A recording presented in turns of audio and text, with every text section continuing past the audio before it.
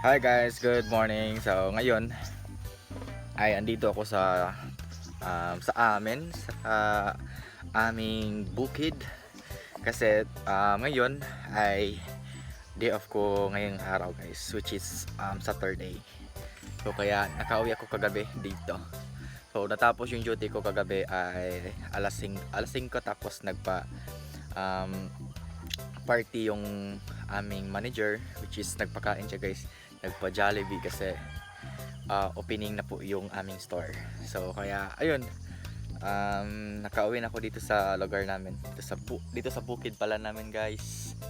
As you can see, ayan, naririnig na po yung mga tiktilaok ng manok. Kani ba na Jessica Sohora ba ni mga makakuan daw ni? Kani tanong ma ako na nga mga kakunkuan sa kamot. Yan, ang ganda ng umaga dito ngayon guys, dito sa bukid. So yan ito yung view ko dito. So by the way, pupunta pala kami doon sa likod upang magpastol ng kambing. At saka ang ganda ng sunset sunrise, ang ganda ng sunrise guys.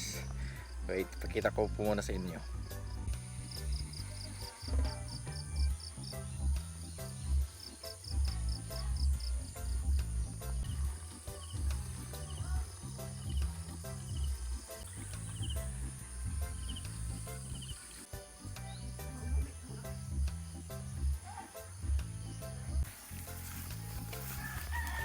Yan. Ito po yung kambing guys. Buntis na sila. Uy, nangihi, way buot. Nangihi ang kagwang. Yun yung kambing ni mama. Buntis na yan guys, malapit na yung mga anak. Yan, ito yung sa akin. Buntis na din yan, malapit na din yung mga anak guys. Pati yung brown. Yan. Ewan ko kung itong kanding na to. So, kanding guys, in Bisaya. In Tagalog naman is kambing. So ang nagkakaiba lang ay merong N sa Bisaya. Sa Tagalog merong M naman. M naman yung ginagamit. Kanding at saka kambing, di ba? Magkahawig lang. M at N lang yung word na pinalitan. Yes, ma'am. Me.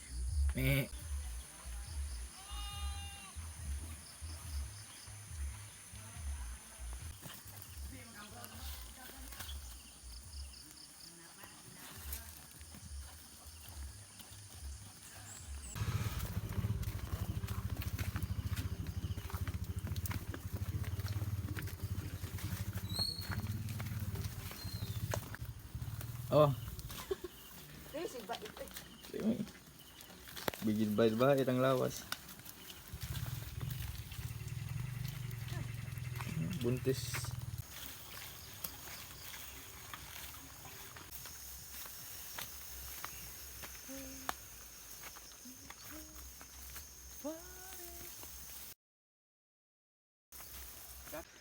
So, ayun guys. Pastol kami ng kambing dito sa likod. Saktong-sakto ngayon, hindi pa siya masyadong mainit ba. Saka malamig guys, nagpa-fog. Gabon. Una ma. Ito sa sili. So ayun, meron palang akong followers guys nga nagtatanong siya guys. Yung tanong niya ay tell my story daw, kung saan ba daw ako galing at saka where have you been and where did you go, yata yung tanong guys. So sasagutin ko po yung tanong na yan guys, sa mga hindi pa nakakaalam, no. Ayun po pala, bale nagtrabaho na ako guys, kaya minsan lang ako makapag-upload ng vlog. Pag meron naman po akong vlog na compile, anong tawag nito? Bali, meron akong pundong vlog. Hindi ko pa siya ma-upload agad kasi yun nga, dahil sa busy at saka and then mabilis lang din maubos ang ang internet kapag mag-upload ako ng video, through data lang po yung gamit ko guys. So kaya ayun, matagal-tagal talaga akong makapag-upload ng vlog kasi meron na po akong trabaho din. Katulad ngayon guys, kapag day off ako, makapag-vlog ako ng mga 2 vlog or 3 vlog kasi isang araw lang po yung aking day off. So kaya ayan, susulitin ko talaga yung araw na ito na makapag-gawa ng vlogs. So kaya for today's video, magpastol kami ng kambing kasama ko si mama at saka si Tweety kasi si papa ang pinastol niya ay yung baka. So kaya ayan, thank you so much guys sa mga sumusuporta pa rin kahit matagal ako nakapag-upload ng vlog.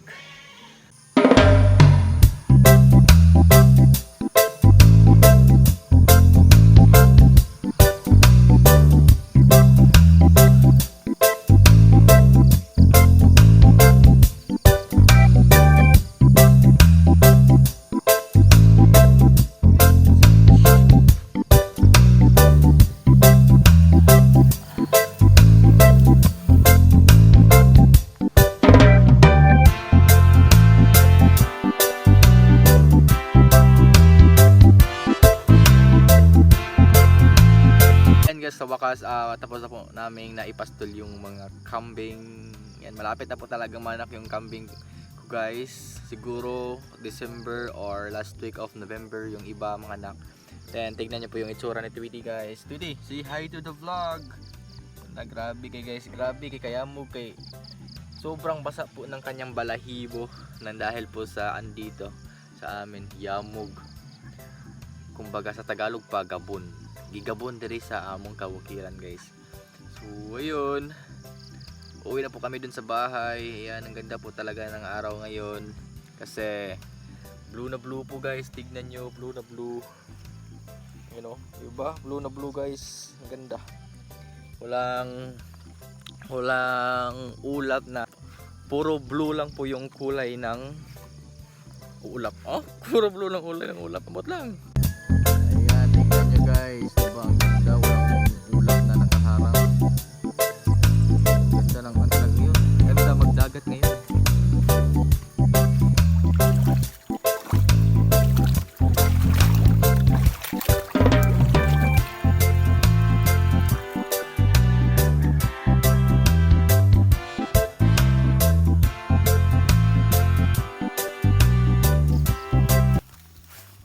Mainom na siya. Yan guys, yung aking baka guys na binili dati. So hindi pa to siya naabutan ng 1 taon man, no? Ha? Bibili rin ako palit. Oh, Ferrari. Nag-ihog ba kayo no? Ano? Ayun, tingnan nyo guys, malaki na siya ngayon. Malaki-laki na siya. May butterfly na ano nangyari dito sa butterfly? Bale, naan siya guys na sabit siya sa laway. Ano ba yung Tagalog sa laway ma?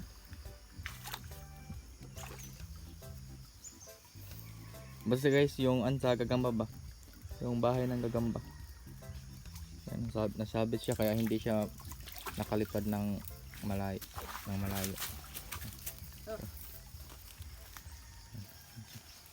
Hindi pa rin siya.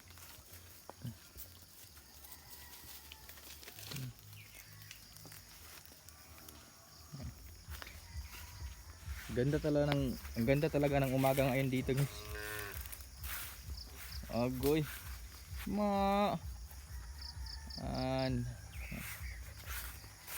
Dati ang liit man itong aking baka, ngayon laki na. Yan, meron siyang ganito guys oh. Kapag mayroon daw ganitong baka, maganda daw yung breed. May halong chemical, may halong chemical na si mama. Ang liit ni mama, mas malaki pa yung baka kaysa kay mama. Andun yung aking kubo guys oh. Yan. Mamaya bali pupunta ako mamaya dun sa kubo kasi meron po kaming gagawing patibong.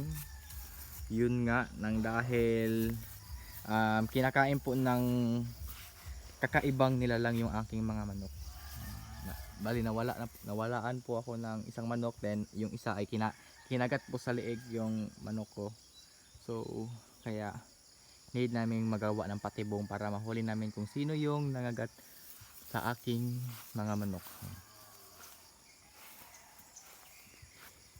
Yan, yung araw medyo matirik na guys.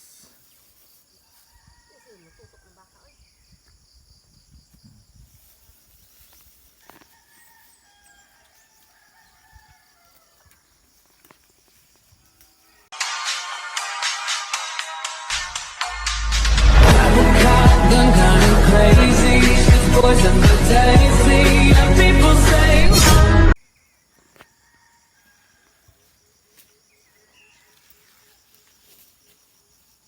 Namalala, sumayon ka sa baka. Saan karon?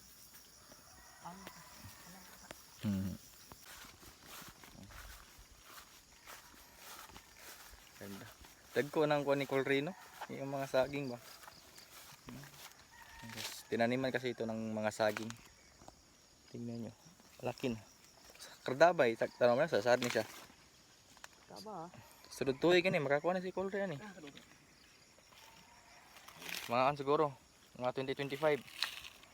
2025, maka harvest na to si Colrino ng kanyang mga saging. Kasi madami itong tinanim niya.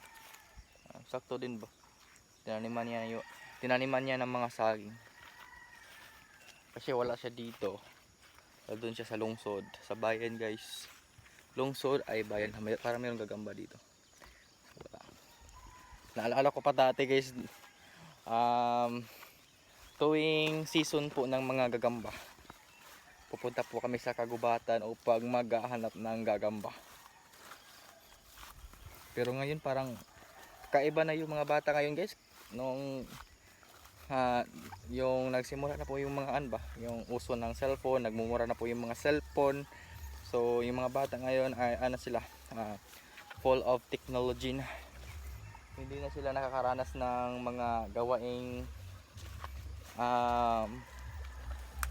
dati, which is yung ang tawag ito, yung paghahanap ng gagamba, yung paglalaro ng tumbang preso. Yan. Meron akong tinitignan, baka may makita akong yung freshwater shrimp. Si mama nagkuha siya ng nagkuha siya ng titawagan ama? Daol. Daol. Ito yung daol guys. Kita tama. Ito yung daol guys. Ito. Bili ang gagawin dito. Ito yung gagawin naming pang-apoy. Ito siya. Mabilis lang to siyang umapoy, at saka matagal, hindi siya madaling mawala yung kanyang apoy. Kaya maganda itong gawing daol. Yan. Daol ba? Haling? Haling pala guys, haling. Sabi Tagalog, sa haling pang paggawa ng apoy. 'Yun, di ba?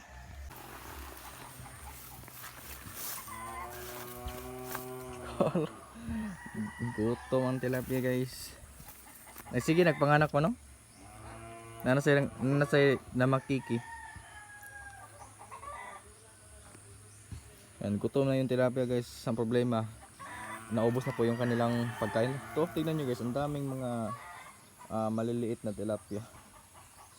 Anak niya yan. Yan, mga anak sa tilapia.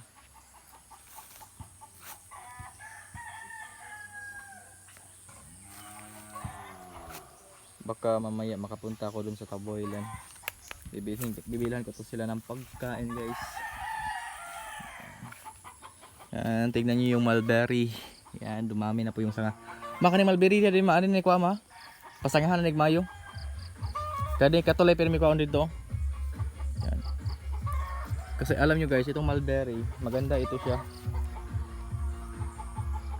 Yung bunga niya makain sa ibon.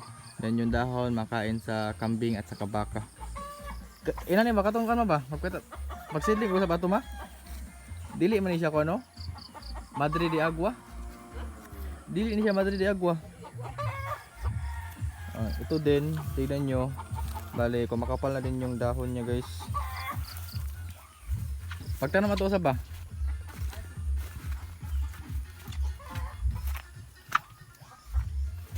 Tete, maligo ka niya tete. Ligo ka niya ha. Oh, di ko tagaglaw mo.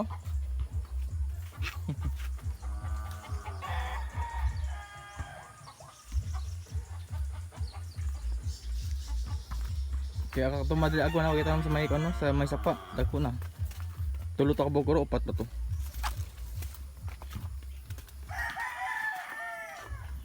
Oh, pwede na niko ang madriga agwa mo. Kay labong naman rin ni. Ito yung Madre de Agua guys. Ito. Pwede na to siya kunin. Si labong na ba? Kapal na.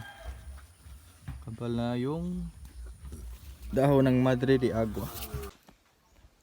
Meron naglako ng guys, isda. So kaya ngayon magluto tayo. Then nakabili ako ng puset.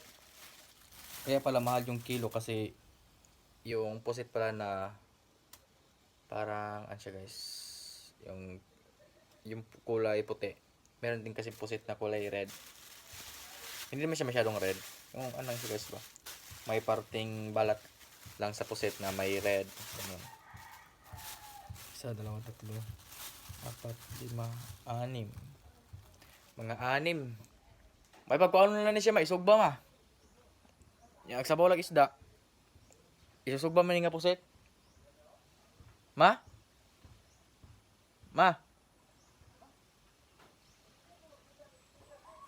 Isugba lang ni siya ba? So, ang gawin ko dito guys ay inihaw na nukos. Bali, butasan muna natin ito sa ayan. Sa gitna lang siguro. Ito. Sarap kasi ito. Na-miss ko kumain ng nukos guys. Doon kasi sa mayan ko guys, doon sa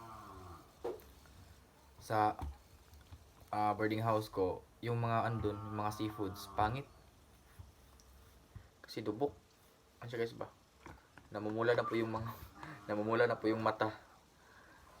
Kaya na-miss ko bumili ng mga ganitong isda, freskong isda dito sa amin, no. Meron namang minsan guys, meron ding isdang dubok na maglako dito sa lugar namin, pero minsan lang. Malalaman mo kasi kapag yung isda ay ano siya guys, dubok. O kaya hindi pa siya dubok. Malalaman mo yan sa mata. Like ito. Ito siya guys. Katulad nito, tignan niyo yung itsura ng isda na to, ayan oh. Presko pa to siya. Kita yung sa mata, 'di ba? Normal eyes lang siya. Hindi katulad sa iba na namumula yung mata. Adik na isda.